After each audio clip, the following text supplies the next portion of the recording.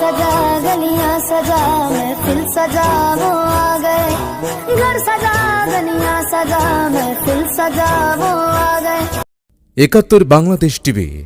পবিত্র ঈদে মিলাদুন্নবী সাল্লাল্লাহু আলাইহি সাল্লাম উদযাপন উপলক্ষে পশ্চিম মাদারবাড়ি সামাজিক উন্নয়ন কমিটির ব্যবস্থাপনায় প্রতি বছরের ন্যায় এবছরও ২৬শে সেপ্টেম্বর বৃহস্পতিবার বাদে এশা চট্টগ্রাম নগরীর পশ্চিম মাদারবাড়ি জমিদার বাড়ির চত্বরে আজিমুসান নুরানি মিলাদ মাহফিল অনুষ্ঠিত হয়েছে ও ২৮শে সেপ্টেম্বর শনিবার সকালে এলাকাবাসীর মাঝে তবারক বিতরণ করা হয়।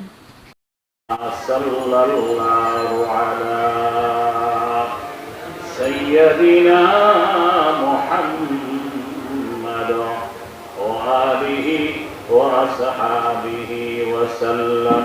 মাহফিল কমিটির সভাপতি শফিক আহমেদের সভাপতিত্বে ও মোহাম্মদ শওকতের সঞ্চালনায় মিলাদ মাহফিলে প্রধান বক্তা হিসেবে উপস্থিত ছিলেন কদমতলী বায়তুল জান্নাত জামে মসজিদের খতিব ও ইমাম আলহাজ হাফেজ মাওলানা আবু তৈয়ব।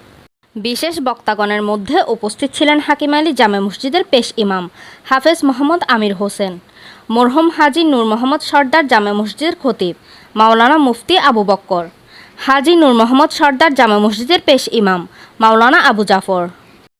আল্লাহ নিয়ামতের শুকরিয়া আদায় করবে তখন আল্লাহ রব্বুল আলামিন বান্দাকে আল্লাহ নিয়ামত বাড়িয়ে দিতে থাকবে। এই জন্য এখানে আসতে পারা বসতে পারা এটাও আল্লাহর একটা বড় নিয়ামত। অনেক মানুষ বিছানার মধ্যে প্যারালাইসিস অবশ হয়ে গেছে, কান্না করতেছে, আসতে চাইলেও আসা সম্ভব না। উক্ত মাহফিলে মহানবী হযরত মুহাম্মদ সাল্লাল্লাহু আলাইহি সাল্লামের জীবন ও আদর্শ নিয়ে আলোচনা করা হয়। পশ্চিম মাদারবাড়ি সামাজিক উন্নয়ন কমিটিকে আয়োজিত পবিত্র ঈদে মিলাদুন্নবী উপলক্ষে আমাদের আজকের তবরক বিতরণ অনুষ্ঠান। গতকালকে আমরা মিলাদ মাহফিল করেছি, সুষ্ঠু ও সুন্দরভাবে করেছি।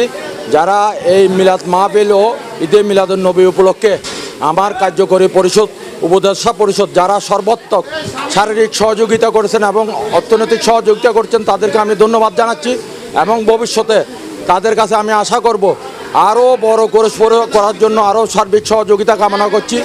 আমার এলাকাবাসী ও সমাজের সদস্যকে আমি সবাইকে ধন্যবাদ জানাচ্ছি।